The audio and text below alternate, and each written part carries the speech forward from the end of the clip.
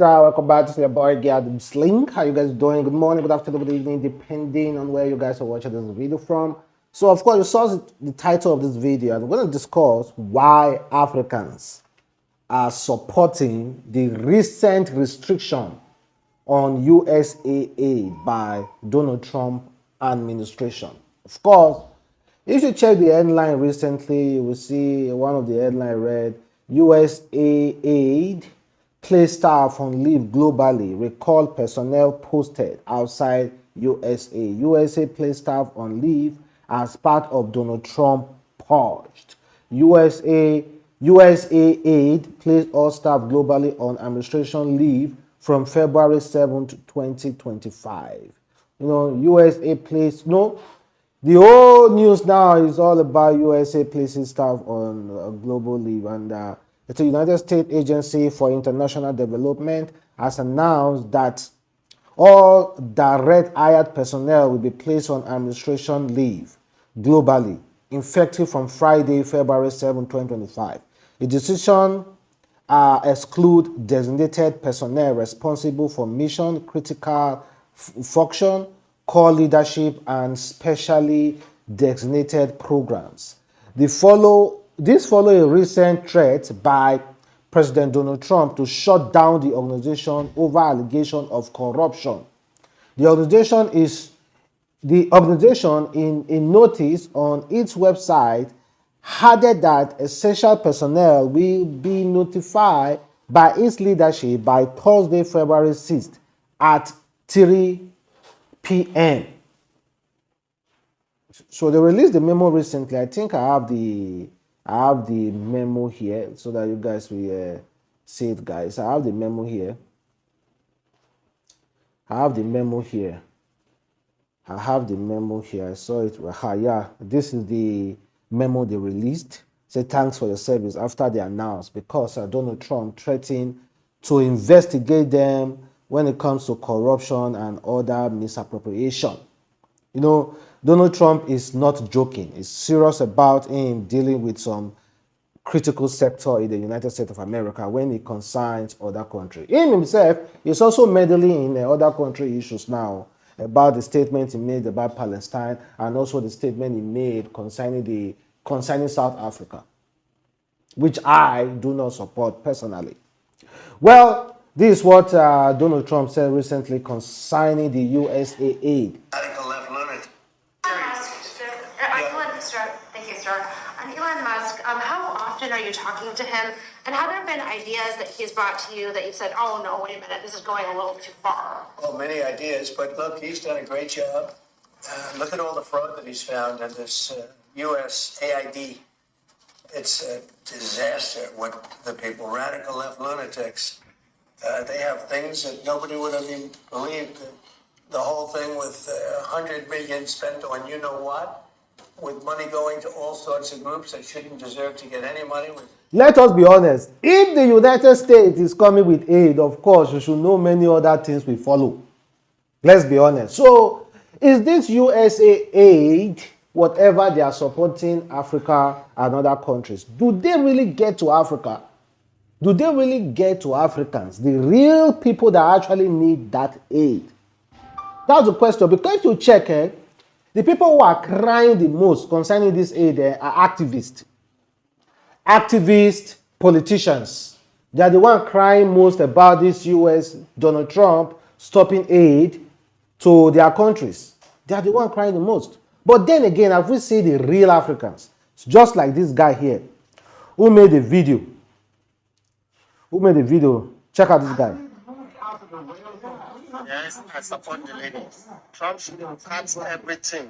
Cut everything completely. You shouldn't even make it 99, 90, whatever it is. You should cut it completely. You don't need it. It rather goes to other individuals, but not us. Please, you should cut it completely. That's an Africa who is saying Trump cut everything completely. It doesn't get to us. He rather go into individual pockets. Cut everything completely. Then there is another woman who made a video about this, about the US aid.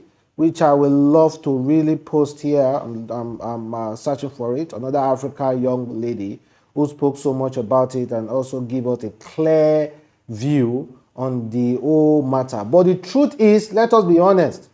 Okay, here's this. We have depended on USAID for over 60 years. And the moment the owners of the money say, let's take a 90-day pause, that I audit where the money is going, suddenly the whole country goes into a frenzy. And this should be a Exactly. Let's take a 90-day pause and know exactly where this money is going to. Then the whole world is, people are going crazy. People are going crazy. Well, let them audit it now. They should audit where the money is going to now. They should audit it. But now they are going crazy. Point of reflection for Uganda and the African continent in general. We have been asking for a very long time to be liberated from colonialism, neo-colonialism, and now that the opportunity presents itself, for some reason, we are complaining. Because let's get something straight. Often the money given to us in foreign aid is lost to corruption, misuse, depleted and overrated salaries to particular individuals, or sometimes we lose billions of money that are unaccounted for. So it only makes sense that the donor is asking for an edit, and if that means pausing the amount of money coming in, they should. And I do understand the implications of this pause because so many heavily funded healthcare projects run on USAID, but that should be a moment of reflection. This is just a 90-day pause. What would happen if the United States just said, we're not giving you money anymore? And within their rights, they can't do that because it is their money. It's high time Uganda and the African continent got themselves together and actually started looking for systems that are sustainable and not always depend on foreign aid, because we are struggling with debt. On top of that, we have constant aid, which doesn't necessarily help us to have a more... Exactly. We are struggling with debts and they are still giving us constant aid. It doesn't help us, guys. It doesn't help. And let's be honest, most of all those aid are indirectly siphoned into causing destructions. Let's be honest. Even our former president, Goodluck Jonathan, accused the USAID for working closely with his opposition to get him removed from office. As at then, I have the video here. Guys.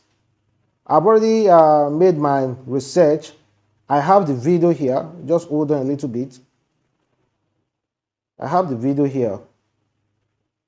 I'm thinking, and the level of interference by the Obama's government was very overwhelming. It's not as if I couldn't have won the election even with that. But if, by my own thinking, and also the way some other people look at it, they go outside the normal diplomatic relationship, then it should be mentioned.